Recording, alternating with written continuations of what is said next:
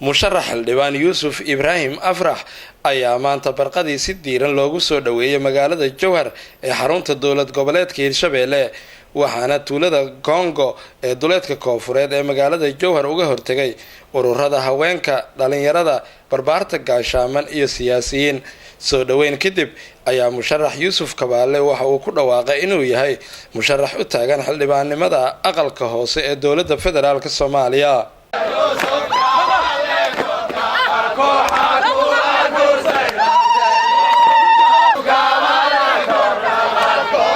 soo dhawow mudan xildhibaan soo dhawow xilkana kii lagu doorto Allah ka dhigo kaad sama ku hogaamisana bulshada Allah ka dhigo waxaan kula socodsiinayaa baahida lagu qabo maanta nin cadaalad dadka ku hogaamiya markaan wax ku aqaanaa degmada joogtood maamulaysan aad ku aqeenay nin cadaalad ku shaqeeya kuna dheer aad iyo aadna bulshadu kalsoon tahay marka Ilaahay subhanahu qaadira xilka hana ku salahana kula qaadan kulana آمين يا رب.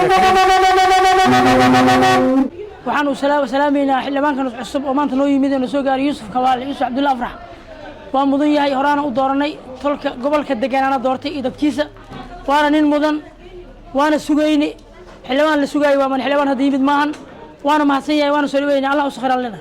مشرح اللبان يوسف إبراهيم أفرح أيا كل واقع إنه هاي مشرح اللبان. كان سلامينا.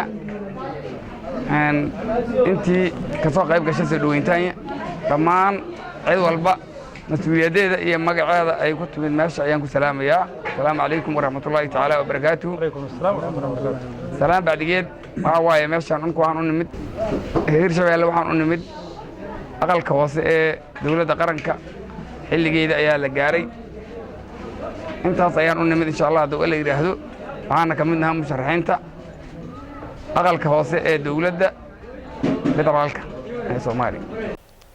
maalmaha soo socda ayaa lagu wadaa inay doorashada aqalka hoose ee Jowhar ka dhacdo iyadoona musharaxiin fara badan ay Jowhar soo gaareen maalmihii la soo dhaafay.